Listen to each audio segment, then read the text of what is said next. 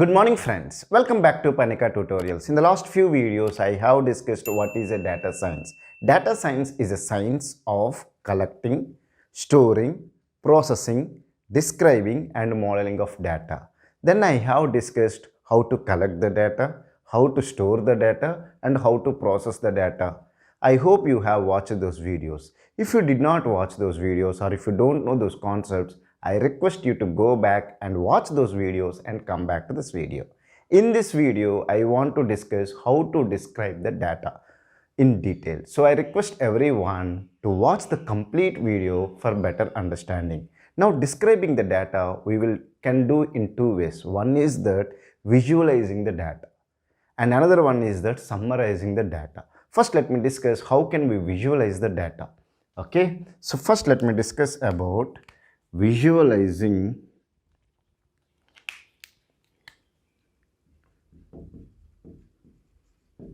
the data. Suppose, let me tell you a simple example. Nowadays everyone is saying that the students who are opting for engineering, they are opting more for the CSC. The demand for the CSC courses are high as compared to the other branches, and even some people are saying that the few branches, I don't want to name them, the seats are not filling. So now I want then the data, how you will have in an engineering college, you will have all the first year students list. What is the list you will have? What is their roll number? Okay, what is their name? What is their parents' details? Whether they paid the fee or not? What is the branch details? Now if you let's take that in that college, let's take that 500 students are there. Now, by looking at the 500 rows, you cannot say how many CSE students are there, how many mechanical students are there, how many civil students are there. Those things, it will be very difficult. For those 500 students itself, if it is difficult, let's take that entire state. In a state of a particular country, you want to identify how many students are studying CSE, how many students are studying mechanical, how many students are studying civil. Then you will have around 1 to 2 lakhs of students will be there. Roughly, I'm just giving an example. In a particular state, let's take that. By looking at those 1 lakh, 2 lakhs rows, you cannot say how many students are studying and how many students. By looking at that one, you cannot say. So for that one, what we will do is that we will use bar charts. One of them, I'm telling it as a bar charts. Okay, so how you will say is that you will take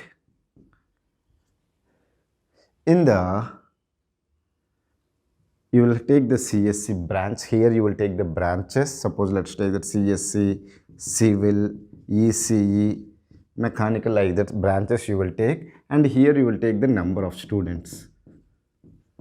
Suppose let's take that here it is 0, 100, 200, 300 is there. Okay, suppose let's take that CSC in a particular engineering college, out of 500, 200 students are CSC. Then you will have for CSC this much. Suppose civil is 100, then civil will be 100 like this. If it is ECE, suppose 150, then you will have 150 here, so 150. Like that you will discuss. Am I right or wrong? You will like this, you will represent. So by looking at this bar chart, they can say that okay, 200 students are studying CSC out of 500, civil is some 100, EC is 150, mechanical is something like that. Then by looking at this bar chart, you can say that out of 500 students, CSC students are more. So there is high demand for the CSC branch. Similarly, you want to say as compared to last year, this year the demand is further high. Then how you will say? You will look at the CSC branch. Okay, 2018 data. Suppose 2008, not this is 2021. Let's take a 2020 data. 2020 is 200. Now 2021, it is 300. Similarly for civil, let's take that it is 100. I am not discussing it. I am just giving an example. Let's take that it is 50. In 2020, the number of seats filled is 100. In 2021, it is 50. Please don't take revenge on me, the civil students. I am just giving an example for you. Okay, this is what the people are saying, so I am giving as an example. And if you take the EC in 2020, let's say that it is 150. Now let's take that in 2021 it is 100. Let's just give an example, 100. Then by looking at this figure, you can say as compared to 2020, 2021, the demand is further increasing as compared to the other branches. So this kind of bar charts we'll call it as a group bar charts. Group bar charts. Similarly, I want to visualize the data in terms of such Sehwag. Okay, suppose, not Sehwag, I love Yuvraj Singh. Let me give the Yuvraj Singh information. Okay, usually the Yuvraj Singh, the more the balls he faces, the strike rate will further increase, because usually Yuvraj Singh will come in the second down, because once the openers are out, Virat Kohli will come, then Yuvraj Singh will come. Now suddenly let's take that the wickets are fallen very early. Then if Yuvraj Singh comes before the 10 overs, he will, because he want to give a good score, he will play it in a proper way. So usually his strike rate will be very less. Suppose let's take that balls faced versus strike rate. Suppose strike rate here it is 0, 50%, 100, 150, 200, even 300. Yuvraj Singh, I can give the strike rate 300 also, because in 12 balls he has scored 50. No one will forget the 6 sixes he hit against the broad. Okay, suppose let's take that first number of balls here, it is 10 balls when he faced, 20 balls he faced, 30 balls, 40 balls, 50 balls. Suppose if I do it 10 balls, his strike rate is 50. For 20 balls his strike rate is some 75, like this. For 30 balls his strike rate is 100. Okay, for 40 balls his strike rate is 150. For 50 balls it will go to 300. Like this, if you give this kind of chart, we'll call it as a scatter plots. Okay, so like this you can visualize the data. By looking at the data, you cannot provide any analytics, but by looking at this data in a bar charts or group bar charts or scatter plots, or some few more charts are also there, using them you can visualize the data properly. So this is the one way of describing the data. Okay, I hope it is clear for you. Now another way of visualizing the data is, not visualizing, another way of describing the data is summarizing the data.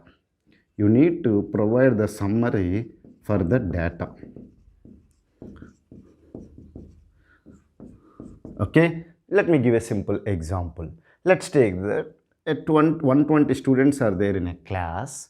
I am teaching data science course for them, and at the end of the semester you will have their marks, like mid 1 marks you will have, mid 2 marks you will have, assignment work marks you will have the project marks, end semester marks, and then finally you will have the total marks. Okay, suppose let's take that student 1, he secured some 60 out of 100. Student 2, he secured some 70. Student 3 secured some 10 marks. Like that you got 120 values. Now whenever we have to give the grades, because finally we will give the grades, and in the relative grading, if it is an absolute grading, it is fine. The students who got more than 90, they will give A grade, like that. But when it comes to the relative grading, you need to find the average of the class. Am I right or wrong? So you need to summarize the data, because whenever you have 120 information, you need to summarize the data. So how can you summarize the data is with the help of mean, mode, median. This is the one way you can do it. What is the mean? Mean is nothing but the average. How you will compute the average? Suppose let's take that you have 120 students marks, total marks. What you will do? You will add 60 plus 70 plus 10 plus so on of 120 students divided by 120. This is the way you will calculate the average or the mean. Okay. Now the mean will tell you what is the average marks of the class. Out of 120 students, this is the average. So the students who are marks are below the average, we can say that they are not performed well. The students whose marks are above average, we can say that it is okay. Okay, are you able to understand? Now coming to the mode. Now I want to find which mark most students have got. Suppose let's take that 10 students got 60 marks, exactly 60 marks. 20 students got 66 marks. 30 students got some 15 marks. Like that, out of 120 students, I'm telling. This is the, usually it will not happen because of 120 students, but if it is a large data, you can find more values. So 10 students got 60 value, 20 students got 66 marks, 30 students got 15 marks. So 15 is occurring more number of times. So mode will tell which value is occurring more number of times. So that one we will say mode.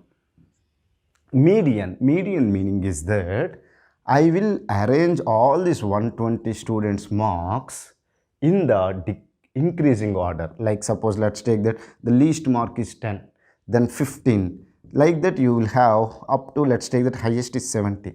So you will arrange them in the increasing order. Then median is you will find the middle value. Are you able to understand? So I hope you got what is meant by mean. Mean is nothing but the average. Mode is which value has occurred more number of times. Median is you will arrange all the values in the increasing order. This is very important. You need to arrange all the values in the increasing order. Then you have to find the middle value. Is it clear? This is one way. Always the mean, mode, median will not give the exact statistics. Sometimes you need to use the standard deviation and the variance also. Is it clear? What is meant by variance? How far the value is varying from the average value. Suppose let's take that. How can I give? Now India-England test match is going on. Suppose let's take that. Whose values I should give? Suppose let's take that.